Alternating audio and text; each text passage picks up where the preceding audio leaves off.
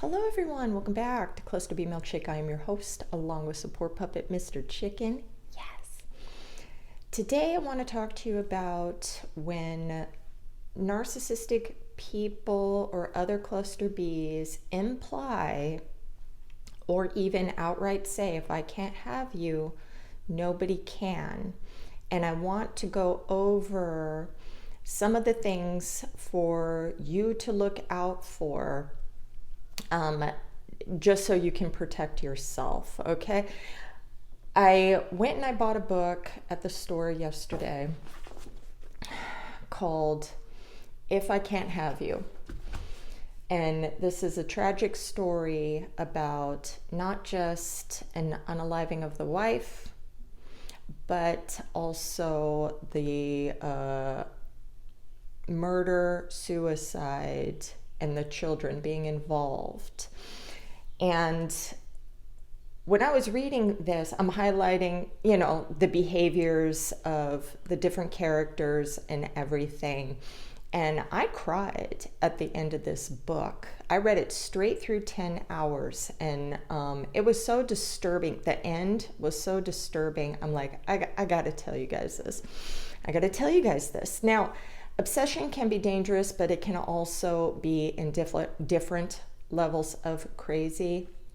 It can go from, them reaching out, calling you, sending messages and stuff, to stalking without you knowing, threatening unaliving of themselves because they want to get you back, to threatening you, physically harming you, and even unaliving you. So I want to get into this book and show you how extreme it can get, starting at, it looking normal, a regular, narcissistic relationship where your partner is all in love with you, with the love bombing and everything, where they seem like the perfect partner, and how it can turn dark. All right. Now, there are 3 characters I want to talk about in this story. There's Josh, that is the husband. There's Susan, who is the wife. And then there's Steve, who is Josh's father, Susan's father-in-law. Now, in this book, it focuses a lot on Susan's father, but that's him trying to get the answers, okay? But the crazy is with these 3, all right? So, and it's also a Mormon family, of course. I mean, crazy town. But Susan, she is the devoted Mormon, okay? She's the one going to church and everything and spreading love and light and stuff. Josh, the husband, is faking Mormon because Steve, Josh's father, is an ex-Mormon and smears the Mormon name. All right? Fine with me, but it gets pretty cray. All right? Okay, first we're going to talk about Josh. Josh, he is a diagnosed narcissist during the custody battle. After the wife is already gone, he gets diagnosed through a psychological evaluation for custody for his children against Susan's parents, okay? So during this whole thing, nobody knows what he has, except it's talked about that he is bipolar, all right? All right, anyways, when I go through this and I'm reading everything about his father, his childhood, and everything, all of his behaviors, he has darkness. He's got ASPD factor 2 psychopathy, okay, as well, all right? So he is financially abusive. He would starve Susan and the children. He would make Susan do a spreadsheet on the computer. She had to type in everything, every itemized price of whatever. And if she got a can of peas that was 2 cents higher than the last time she went shopping, and at the grocery store it was cheaper someplace else, he would have a little rage fit. This is how fucking cray. He can overspend on himself. He had massive amounts of computer equipment and he was a hoarder. So wherever he worked, he would, steal shit from wherever he worked. He just had stuff that he wasn't even using. But all this shit is hoarded up while he's giving his wife $20 to shop for the whole week. And she had a garden outside and he's like, eat the garden. She did get help from the church and stuff later on, food from them or whatever, but it gets crazier. Okay. Susan's the breadwinner because Josh couldn't keep a job for more than 2 weeks because he couldn't shut his fucking mouth. He's always having to he knows better than the boss. He's so arrogant and tells the company that they don't know what the fuck he's doing, but he don't know how to keep a job. This is antisocial shit. Okay? So not only is Susan the breadwinner, but he says you have to direct deposit all the money. So she gets no money in hand. It goes through him. And of course, his computer is encrypted and everything, and she would never be able to find out what shade he was doing on the computer either. Okay? He's not considerate of people's time. So when he had to be someplace at an appointment, he would not be there or he would just not show up. When quitting a job, he wouldn't even say, I'm outie. He would just not fucking go. Okay? If there was, did I say showing up at late to pick up his kids at daycare? He did not care about anybody's schedule, nothing. He worked at home. They had 2 cars at once. He, because of money, had to sell one of the cars and made his wife, the breadwinner, ride a bicycle and for a year. And then one of his friends said, what the fuck are you doing? And so he rode the bike once to be like, see, it's easy, it's nothing. And he had a fucking hard time making it to the wife's job on the bike. So he tried to makeshift some sort of motorized something for her, and it broke in 2 weeks. And he's like, okay, I'll drive you to work. All right. Susan, not only did she work, but when she came home, she cooked, cleaned, and took care of the children. Only one time did he cook, and that was the night before her disappearance. They had company over, a woman from the church, and he made dinner for everyone. It was breakfast dinner for everyone. So he made pancakes and eggs for everyone. But Susan got a special treat in her food. And she was getting dizzy and had to go lay down, and company had to leave because she wasn't feeling well. Another time in the story, she thought that she was pregnant because she was sick for a month. She was being poisoned, y'all. No men get a cook for me ever again. Ever. All right. He's passive aggressive. Overt attacks on Susan in front of the children, withheld sex for months as a punishment, no quality time at all. He was disgusted with it. I can fucking relate. Recoiled with kisses. Not that I never withheld sex, and any guy who tried to withhold sex for me, I wouldn't give a fuck. I'd be like, cool. And if I wanted to make him feel, small, I'd say, I'll go fuck somebody else. I don't care. All right. Selfish and immature. Unable to empathize. He was controlling. Susan begged Josh to go to individual and marriage counseling. he would go once and quit. I have told you this. They're not going to fucking go. Because they, number one, they don't think anything's wrong with them. Number two, they're not going to be shamed for, being not awesome. Okay? Josh loved true crime. Hey, Josh, I'm reading your book, sucker. And he would discuss how to kill someone, dispose of the body, and not get caught. Now, these things that I'm telling you have been told by his friends, her friends, combined friends, church friends, everyone, family members, ones that love them and ones that don't like them very much. So it's a whole bunch of information coming down in China. All right. His friend said he didn't know if Josh knew he had changed. He said his friend said that there was two Joshes. There was the one that grew up in Washington State, the fun, charismatic Josh.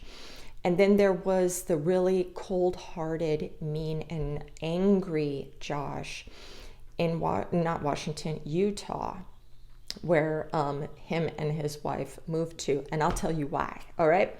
But anyways, and he quoted that his friend said he didn't know if Josh knew he had changed.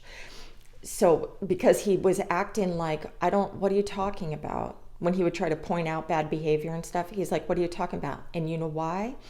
It's because the nice guy is the fake guy. The way that he is, this is who he is. Okay? Josh wished his wife would die in an accident. Josh made threats if she divorced and took the kids. He would say, over my dead body or over your dead body. Okay? Now, Susan is easygoing, dreams of being a hairdresser. She did go to school. She was able to do hair for a little bit until they had to move from Washington State to Utah. She liked making other people pretty.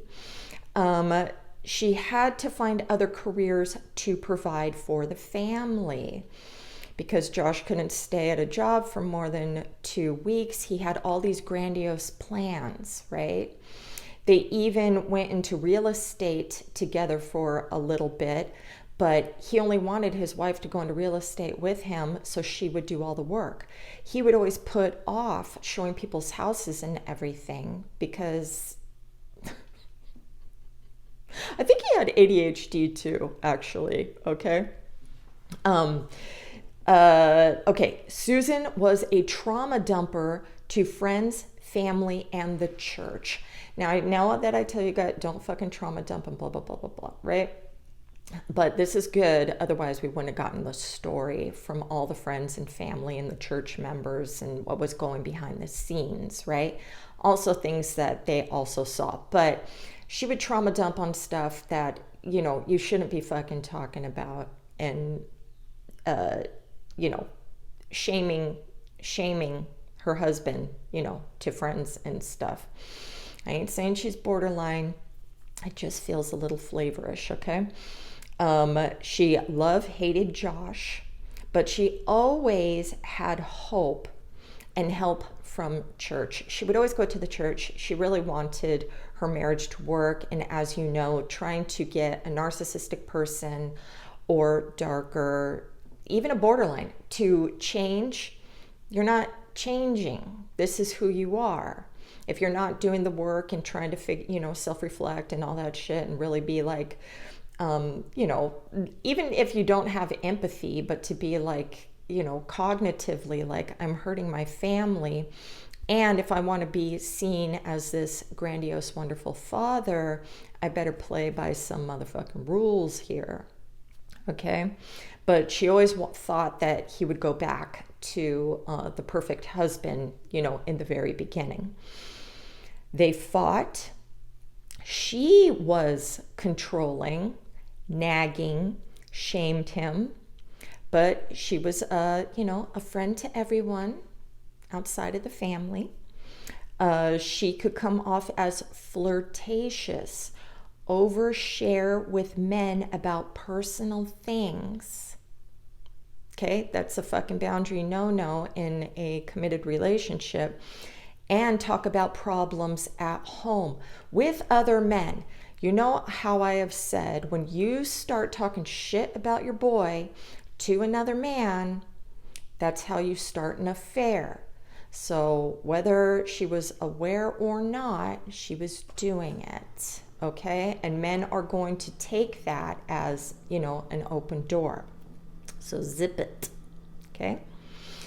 Both wanted to unalive themselves as teenagers, okay? This is documented in journal entries and in divorce documents of Josh's mother and father. All right. Steve, this is Josh's father. He had an obsession with Susan, the ice machine. All right. There was tons of journals that his father wrote about fantasies with her. He was a porn addict. He had child porn, pics of neighborhood little girls bathing, just all kinds of shady shit that was being hidden in a special behind, you know, a certain fucking wall in the door or whatever the hell, right? And then, you know, the bullshit on the computer. He ended up going to jail for this later down the road. But, you know, it made me think of my father. It made me think of my father. He wasn't hiding anything. He had everything out in the open for not just my sister and I to see, but anybody who came to fucking like smoke weed with him or, you know, hang out in his room, doing whatever, you know? All right. And my father's dead, so I can talk shit. And the way that he was almost mesmerized by my 5-year-old daughter when we went to go visit, it actually gave me the creepy fucking vibe and my cousin. So it wasn't just me. My female cousin was there with me. And we were looking at each other like, what the fuck? What the fuck? Why is he paying such close attention and giving her whatever she wants? My son was there too. Why aren't you hanging out with my son? You haven't seen any of them. All right. So Steve had 5 kids, 2 girls, 3 boys, introduced the boys to porn at a very early age. You know, like me, it was like 10 years old or younger. And, you know, them too. All right. Also messing with the youngest daughter. The brothers would mess with the youngest sister, you know, looking at her private parts and, you know, having her watch them play with their goodie bags and stuff. Taught the kids to belittle their mother, taught them to hate whoever he hated, just like a little fucking cult. There was a lot of SA or incestuous, you know, vibage going on throughout. And he was physically and psychologically abusive to the children. Susan even said in one of her, talking to somebody, that Steve passed on his fucked up genes to Josh. And, you know, anyways, let's keep going. I don't want to jump ahead. Okay, so Susan and Josh lived with Steve for a few months to save money after marriage. Okay, so Susan, not knowing about his creepy as fuck background, they're living there for a few months. Steve becomes creepy, Susan said. So they moved from Washington State to Utah, you know, the Mormon capital of the world. And Steve Also, they found him taking pictures through like cracks in the bathroom or the window and everything of Susan taking a shower, getting undressed, or whatever the hell, along with other people in the neighborhood. All right. So Josh kept low contact with Steve at first, but then he got his claws back into Josh again. So when they had a baby and everything, and then he would be like gray rocking his father and everything for, trying to, having these fantasies and stuff about his wife and everything. And and because his wife was like, your father's trying to kiss me. Your father is, just what? And so, so Josh is like, okay, we'll go away from them. Fine. But, being in these cult-like families and you're, the leader of the family can brainwash you into having contact with them again. They've always told you what to do, how to think and feel, and the child wants love from the parent, and they were conditioned that you have to be a copy of me for me to love you. So Josh started talking to him all the fuck time for hours at a time. Now, Josh hates Susan. Susan hates Steve. Steve loves Susan but can't have her. So Steve plants seeds in Josh to make her disappear. So if Steve can't have Susan, no one gets to have Susan. So I'm going to talk my son into hoo-hooing Susan. Excuse me, I'm burping. I do know that they went camping, father and son, and the boys went camping at one time, before the missing of Susan. And it's speculated that maybe that they made a plan at that time and like got preparations and everything ready for it to happen. Anyway, Susan is now missing, okay? It's the Lacey Peterson bullshit all over again. Josh moves the kids to his father's, creepy Steve's, in Washington State. Susan's parents also live there. A feud begins. Susan's parents want Josh to cooperate with cops, and he won't. Josh and Steve smear Susan online, saying that she ran out on him with another man or whatever, and she just abandoned the whole family and whatever. So the parents are trying to find the daughter. The husband ain't fucking helping looking. Ain't doing nothing. He just fucking scoops up the kids and is like, I'm outie. He's not fucking helping the cops. He's not doing nothing, okay? How does that make you look innocent? How? All right. Steve posts Susan's teenage journals to make her look crazy. Now, all teenagers are going through it and they're fucking cray, okay? But because of this, the cops get a warrant to search Steve's house and to get those journals back, because this is an ongoing investigation. They are investigating the fuck out of Josh, and they're getting evidence and everything together, but they don't want to jump the gun. All right, so cops find child porn, etc. on Steve's computer. Steve gets arrested. The kids and Josh are living there too, with the other brothers and sisters, but because the kids were living there and he was arrested for child porn and stuff, CPS came and scooped up the kids. Then a custody battle ensues. So first, they're having this war online. Josh is smearing his ex-wife. The parents are like, why aren't you fucking helping the cops?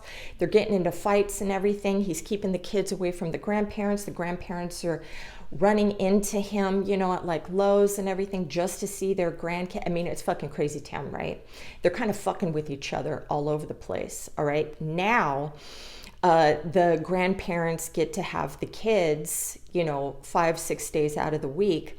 He gets 4-hour visits, a couple other days or whatever. Josh is also petty. He doesn't want his kids going to church. He says, we visit on Sunday. This is such petty fucking shit, let me tell you. So,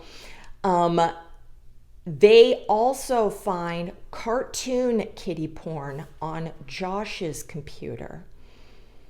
And I'm like, is this for the kids? Is this to groom the children? Because why would an adult watch cartoon child porn?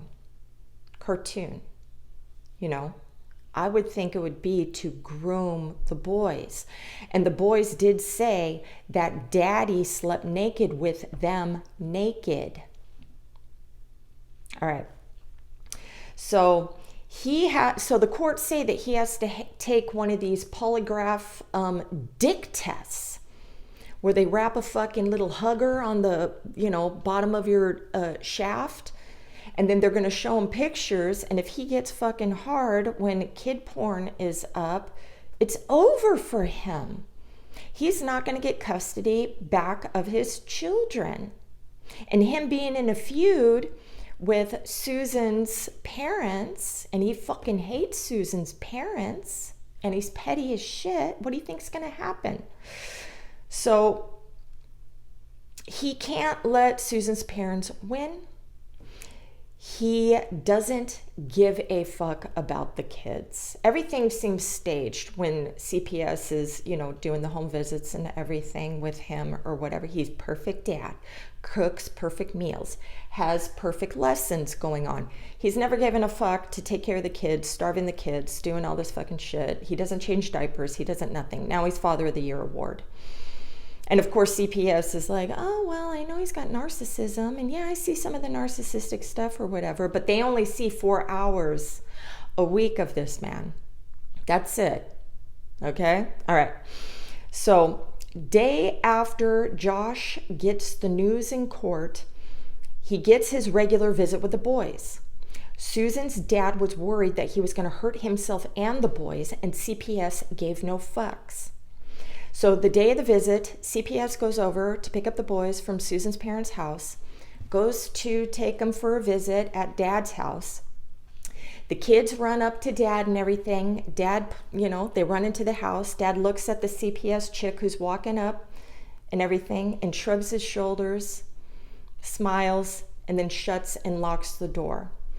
What he does next is he takes a hatchet, hits the boys, and in the head, one of the boys in the head, neck, the other boy in the neck, lays him on his bed, gasoline's up the boys in the bed and everywhere, and sets all of them on fire, and the house fucking explodes.